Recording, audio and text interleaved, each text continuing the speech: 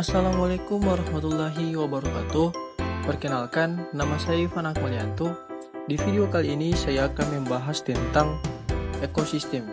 Jangan lupa like dan subscribe. Apa itu ekosistem? Ekosistem adalah suatu sistem ekologi yang terbentuk oleh hubungan timbal balik tak terpisahkan antara makhluk hidup dengan lingkungannya. Berikut merupakan contoh dari ekosistem.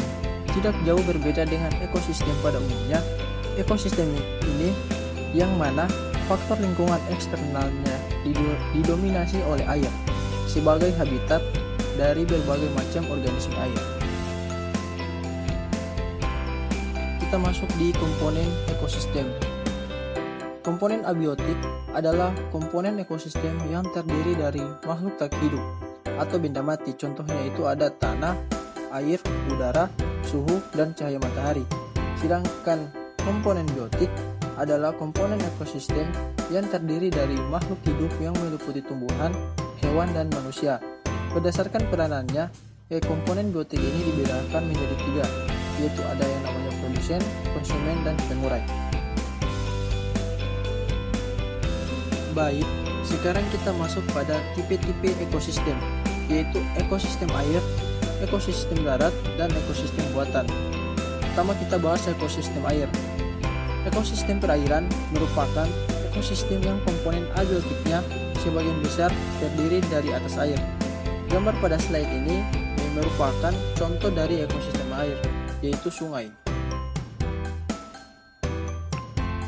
Yang kedua, ada yang namanya ekosistem darat, di mana ekosistem darat ini merupakan ekosistem yakni interaksi antara makhluk hidup dan juga lingkungannya yang berada di wilayah daratan. Nah, gambar pada slide merupakan contoh ekosistem darat, yaitu hutan mangrove. Yang ketiga ada yang namanya ekosistem buatan, di mana ekosistem buatan adalah ekosistem yang diciptakan manusia untuk memenuhi kebutuhannya. Gambar pada slide merupakan contoh ekosistem buatan, yaitu bendungan. Materi yang terakhir yaitu interaksi antar komponen ekosistem.